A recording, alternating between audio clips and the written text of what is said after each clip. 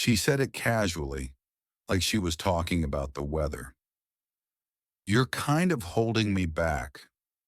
I remember blinking when I heard that, not because it hurt, but because of how confident she sounded saying it, like it was a fact everyone already agreed on.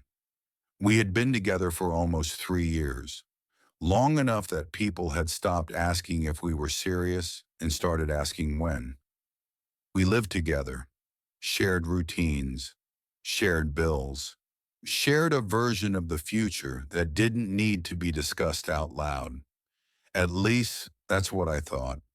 She had always been ambitious, career-focused, social, always chasing what's next. That was something I admired about her at first, but over time, ambition slowly turned into dissatisfaction. Nothing was ever enough anymore. Not the apartment, not the trips, not the stability, and eventually, not me. The comment came during a normal conversation. We were sitting on the couch, scrolling on our phones, half watching something neither of us cared about. She sighed and said, "I just feel like I'm not where I should be in life." I nodded. We'd had this conversation before. Then she added without looking at me, "And honestly, I think you're kind of holding me back." I waited for her to laugh. She didn't. I waited for her to soften it. She didn't. She finally looked at me, almost curious, and said, "I mean, don't take it the wrong way." I didn't respond right away. Not because I was angry, but because I was surprised by how comfortable she was saying it.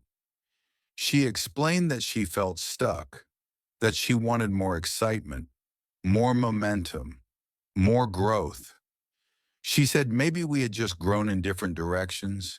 And then she said the sentence that changed everything. "Maybe we should take a break, you know, so I can figure things out." There it was. Not a breakup, not commitment, a pause, a way to keep the door open without responsibility.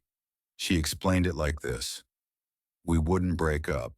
Just take some space. She said she still cared about me, still loved me.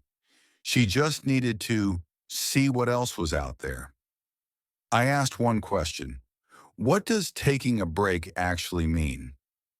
She hesitated, then said, "I guess we'd still live together for now, still support each other, just without the pressure. Without the pressure, but with all the benefits." She watched my face carefully while she said it, waiting for emotion, for fear, for negotiation, for reassurance, something that would confirm she still had leverage. Instead, I asked another question. "So you want the freedom of being single with the security of a relationship?" She frowned. "That's not fair." I nodded. "You're right," I said calmly. "It's very fair." She didn't like that answer. She started explaining herself again, talking faster now, saying she felt trapped, saying she didn't want resentment to build, saying this was the healthy choice. I listened, didn't interrupt. When she finished, I said, "Okay." She stopped talking. "Okay?" she repeated. "Yes," I said. "Let's take a break." Her shoulders relaxed instantly. Relief. That told me everything I needed to know. She smiled and said, "Thank you for understanding." I smiled back. "Of course." But what she didn't realize was that I had just agreed to her words, not her expectations, because breaks have rules, and she had no idea what mine were. The first few days after we agreed to take a break felt strangely normal, too normal. She moved around the apartment the same way she always had, used my coffee machine, watched her shows on the TV, left her things scattered like nothing had changed, and that was the problem. She thought nothing had changed. I didn't announce any rules. I didn't sit her down for a conversation about boundaries. I didn't say, since we're on a break, things are going to be different. I just started behaving differently, quietly, consistently. The first thing I stopped doing was checking in. No more, did you get home safe? No more, how was your day? No more automatic good morning texts when I woke up. Not out of spite, out of accuracy. People on a break don't perform emotional maintenance for each other. At first, she didn't notice. She was busy, excited even. She started going out more, staying later, coming home with stories I didn't ask about. She talked about new people she'd met, new opportunities, new energy.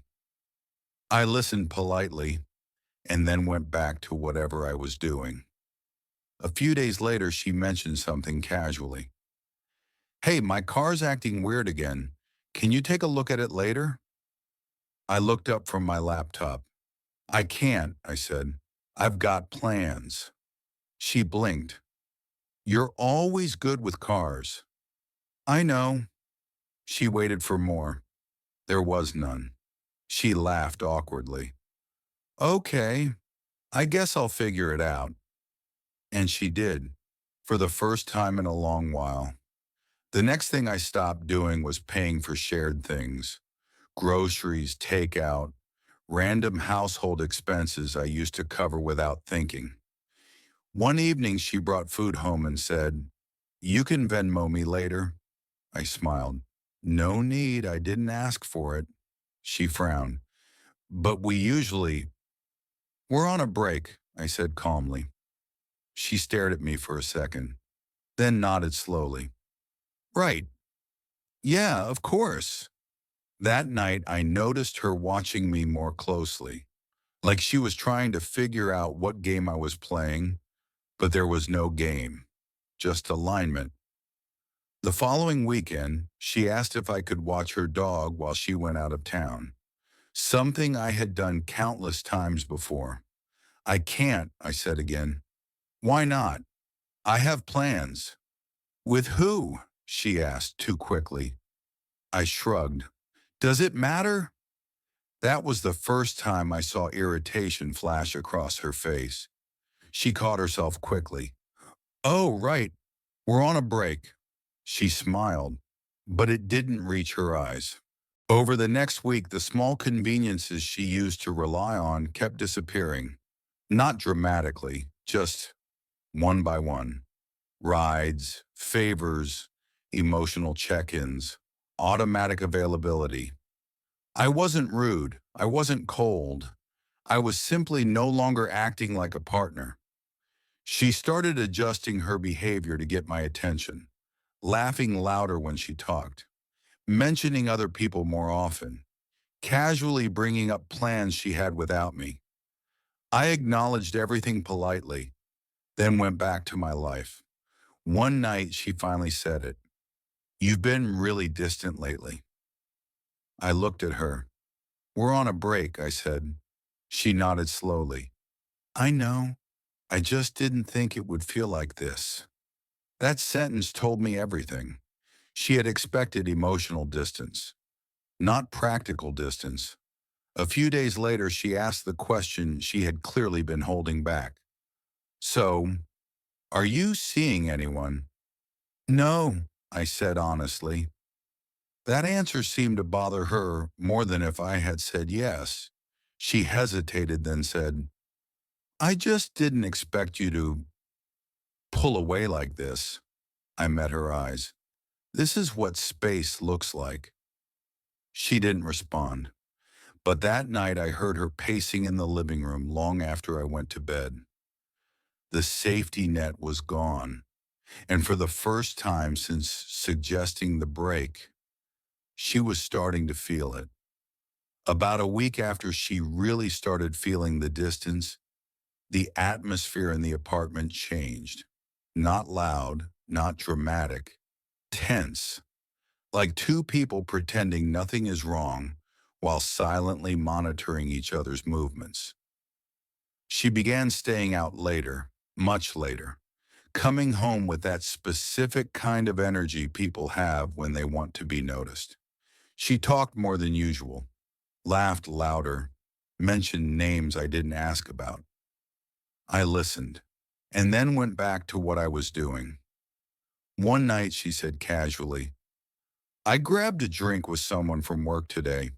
I looked up briefly. "Oh," I said, "that's nice." She waited. I didn't ask who, didn't ask where, didn't ask how it went. She tried again. "He's actually really interesting." I nodded. "That's good." Silence. Heavy silence. She stared at me like she was waiting for a reaction that never came. A few days later, the hints stopped being subtle. She started dressing differently before going out, taking longer to get ready, spraying perfume even if she wasn't leaving for long. She'd say things like, "I might not come back tonight," and glance at me from the corner of her eye. I'd just say, "Okay," and mean it. That was when frustration started leaking through. "You don't care at all, do you?" she asked one evening. I paused. "I care about what we agreed to," I said. "This is part of it." She frowned. "I didn't think you'd be so detached." I looked at her calmly. "I didn't think you'd be surprised." A few days later, she brought him home. Not directly, but close enough. She didn't introduce him, just mentioned that a friend was waiting outside. She lingered by the door longer than necessary. I could hear the tension in her voice. When she came back inside later, she watched me carefully, looking for something: anger, jealousy, curiosity, anything that would confirm I still felt threatened. I felt nothing. That's when she started panicking. Not outwardly, internally, because the thing she hadn't considered was that replacing someone only works if the original person is still emotionally invested. And I wasn't. She began checking in more, asking where I was going, who I was with, when I'd be back. I answered politely, briefly, without detail. One night she asked, "Do you think this break was a mistake?"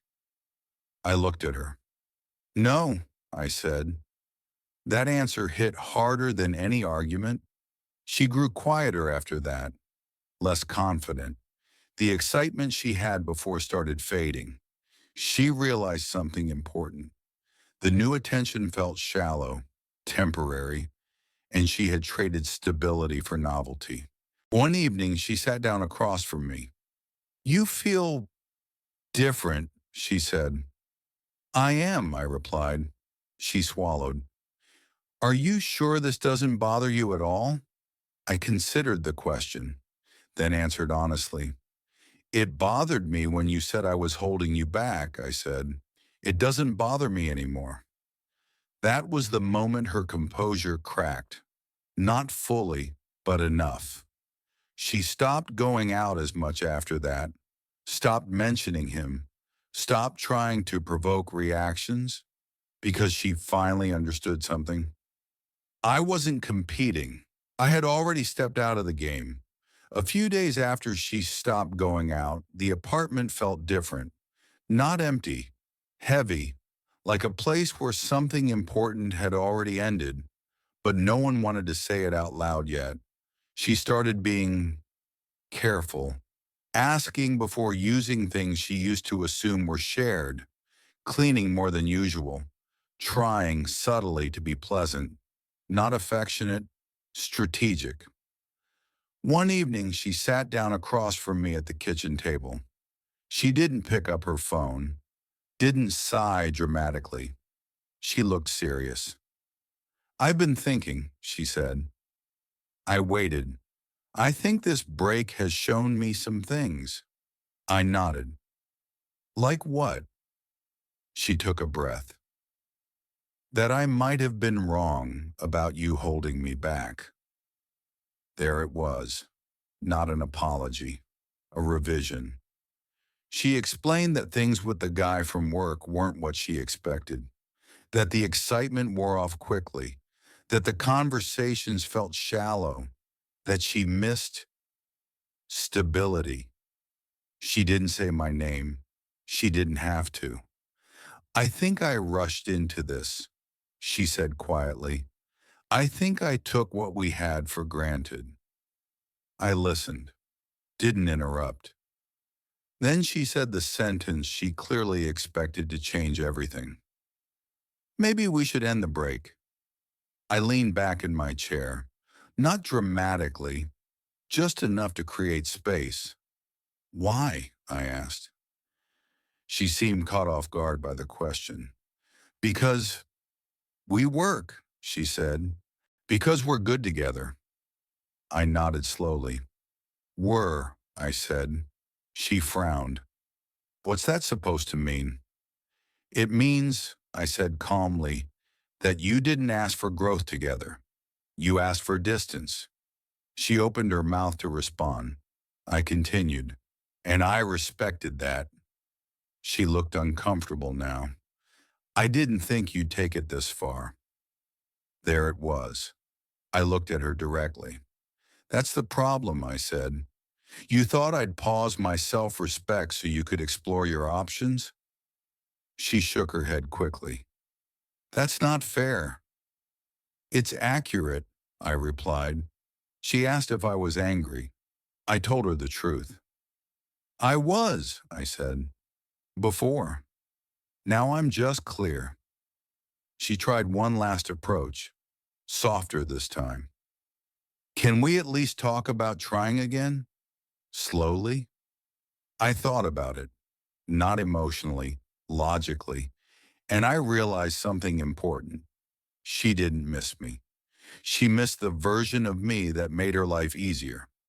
I don't want to restart anything, I said. Her face changed instantly. Not angry, scared.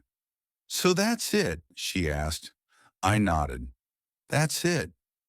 She stared at the table for a long moment, then said quietly, I didn't think I'd lose you. I stood up. Neither of us raised our voices. That's why you did, I said. We didn't argue after that. There was nothing left to argue about. A week later, I moved out. Not in a rush, not out of spite. I found a place, packed my things, left the keys on the counter. She watched from the doorway, didn't cry, didn't stop me. She knew it was over. We haven't spoken since. And honestly, that's the cleanest ending we could have had. Here's what I learned. People who ask for space often don't want distance. They want insurance. They want to explore without losing what makes them feel safe. But when you remove yourself calmly, without drama, without begging, you force them to face the reality of their choice. I didn't punish her. I didn't compete. I didn't try to prove my worth.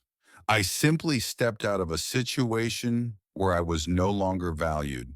And sometimes that's the most powerful move you can make.